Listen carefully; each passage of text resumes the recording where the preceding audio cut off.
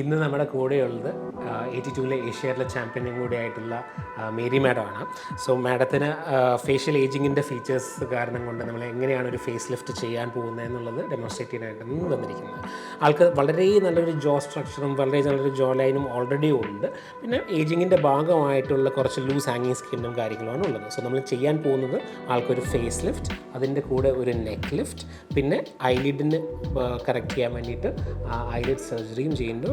പിന്നെ ഇവിടത്തേക്ക് കുറച്ച് തുടുപ്പ് കൊടുക്കാൻ വേണ്ടിയിട്ട് ഫേഷ്യൽ ഫാറ്റ് ട്രാൻസ്ഫർ, നമ്മൾ കുറച്ച് ആളുടെ തന്നെ ഫാറ്റ് എടുത്തിട്ട് അവിടെ വയ്ക്കാൻ പോവുകയാണ്. So see you after the procedure. Thank U.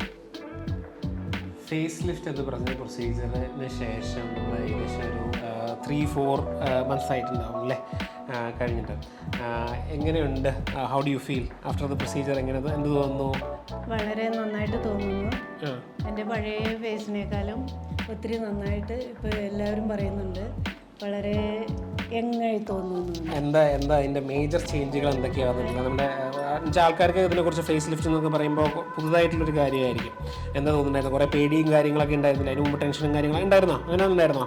എനിക്ക് ടെൻഷനും പേടിയൊന്നും ഇല്ലായിരുന്നു. ആൾ ഭയങ്കര കറേജിയസ് ആയിട്ടുള്ള ആളായിരുന്നു. അത് കാരണം കൊണ്ട് പിന്നെ എന്തായിരുന്നു, എന്തൊക്കെയാണ്, പിന്നെ എന്തിലൂടെയൊക്കെ കടന്നു പോയിട്ടുണ്ടായിരുന്നു? എങ്ങനെയുണ്ടായിരുന്നു എൻ്റെ പ്രോസസ്സ്? എങ്ങനെയുണ്ടായിരുന്നു? ഭയങ്കര പെയിൻഫുൾ ആയിരുന്നോ? ഭയങ്കര വേദന ഉണ്ടാക്കുന്ന പരിപാടികൾ എന്തെങ്കിലും ഉണ്ടായിരുന്നോ? എന്നെ സംബന്ധിച്ച് എനിക്ക് വേദന ഞാൻ ഇത് ചെയ്തിട്ട് അറിഞ്ഞിട്ടില്ല. നീരുണ്ടായിരുന്നു. അതൊരു ദിവസം വരെ നീര് ഉണ്ടായിരുന്നു. അതിന് ഐസ് പാക്ക് വെച്ചു.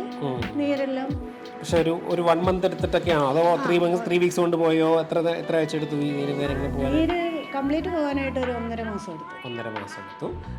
എന്നിട്ട് പക്ഷെ പുറത്തേക്കൊക്കെ ഇറങ്ങി നടക്കലും കാര്യങ്ങളൊക്കെ എപ്പോൾ തൊട്ട് സ്റ്റാർട്ട് ചെയ്തു? ഒരു 2 ആഴ്ച കഴിഞ്ഞപ്പോൾ ഞാൻ പുറത്തൊക്കെ ഇറങ്ങി നടക്കും കാര്യങ്ങളൊക്കെ ചെയ്തിട്ടുണ്ടായിരുന്നു. ഇപ്പോൾ എന്നിട്ട് ആൾക്കാരുടെ കോംപ്ലിമെന്റ്സും കാര്യങ്ങളൊക്കെ എങ്ങനെയുണ്ട്? എന്ത് പറഞ്ഞു? എവിടെ ചെന്നാലും കോംപ്ലിമെന്റാ. എന്ത് പറഞ്ഞു?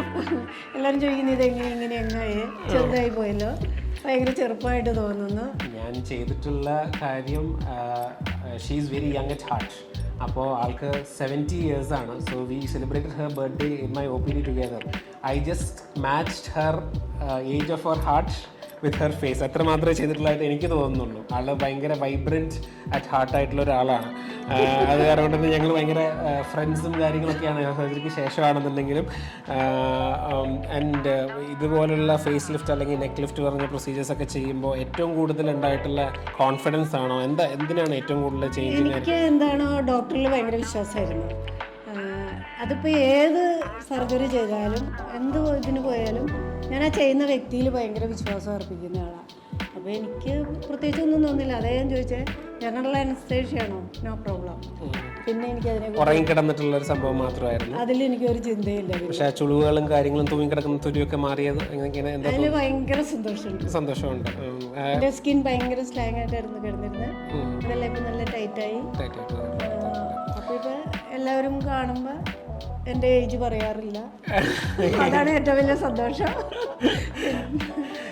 അപ്പം നമ്മൾ എന്തൊക്കെയാണ് ചെയ്തിട്ടുള്ളത് എന്നുള്ളത് ഒന്ന് ചെറുതായിട്ടൊന്ന് മനസ്സിലാക്കാനായിട്ട് നമ്മളന്ന് പറഞ്ഞിട്ടുള്ള പോലെ നമ്മൾ ബ്ലെഫറോപ്ലാസ്റ്റി, 2 ഐലിഡിൻ്റെ അപ്പർ ഐലിഡിൻ്റെ കണ്ണ് നടച്ച് കുറേ പേര് ചോദിക്കുന്ന ഒരു കാര്യമാണ്, അപ്പർ ഐലിഡിൻ്റെ പാട് വരുമോ എന്നുള്ളൊരു കാര്യം. പാടും കാര്യങ്ങളൊന്നും പ്രത്യേകിച്ച് കാണാത്തൊരു കാരണം എന്ന് വെച്ച് കഴിഞ്ഞാൽ അതെല്ലാം അതിൻ്റെ ഷാഡോയിൻ്റെ അകത്തായിട്ടാണ് അത് ഹൈഡ് ചെയ്ത് വെച്ചിരിക്കുന്നത്. പ്ലാസ്റ്റിക് സർജറിയുടെ എല്ലാ കാര്യങ്ങളും അങ്ങനെ തന്നെയാണ് ചെയ്യുന്നത്. കണ്ണു തുറന്നത് അതിൻ്റെ കൂടെ തന്നെ അവിടെ ഐ ബാഗ് റിമൂവലും കാര്യങ്ങളൊക്കെ ചെയ്തു. ഇവിടെ കുറച്ച് ഭയങ്കര കുഴിഞ്ഞിരിക്കുന്നതിന് സമയത്ത് നമ്മൾ ചെറുതായിട്ടൊരു ഫാറ്റ് ട്രാൻസ്ഫറും കാര്യങ്ങളൊക്കെ ചെയ്തിട്ടുണ്ട്.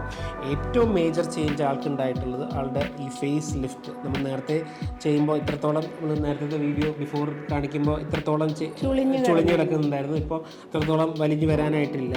അപ്പോൾ അതാണ് ഡീപ്പ് പ്ലെയിൻ ഫേസ് ലിഫ്റ്റ് ചെയ്യുന്നത്. എന്ന് വെച്ചാൽ ഫേസ് ലിഫ്റ്റ് തന്നെ 10 ഡിഫറെൻറ്റ് തരങ്ങളിൽ ചെയ്യാനായിട്ട് പറ്റും. ഇതിൻ്റെ കൂടെ തന്നെ നെക്കും കാര്യങ്ങളൊക്കെ നമ്മൾ കുറേയും കൂടെ ചെയ്ത ജോ ലൈനും കാര്യങ്ങളൊക്കെ കുറേയും കൂടെ സ്ട്രെയിറ്റായി, കുറേയും കൂടെ അതൊരു നല്ലൊരു സ്ലീക്കായിട്ട് വന്ന്. പിന്നെ പണ്ട് കഴുത്ത് ചുളിക്കുകയാണെന്നുണ്ടെങ്കിലും കാര്യങ്ങളൊക്കെ ചെയ്യുകയാണെന്നുണ്ടെങ്കിൽ കുറേയും കൂടെ ഒരു ചുളിവുകളും കാര്യങ്ങളൊക്കെ ഒരുപാട് ഇവിടെ ഉണ്ടാവുകയാണ്. അതൊക്കെ കുറേയും കൂടെ നമുക്ക് ടൈറ്റാക്കി വെക്കാനായിട്ട് പറ്റുന്ന ഒരു സംഭവമാണ് ഫേസ് ലിഫ്റ്റ്, നെക്ക് ലിഫ്റ്റ് എന്ന് പറഞ്ഞിട്ടുള്ള പ്രൊസീജിയേഴ്സ്.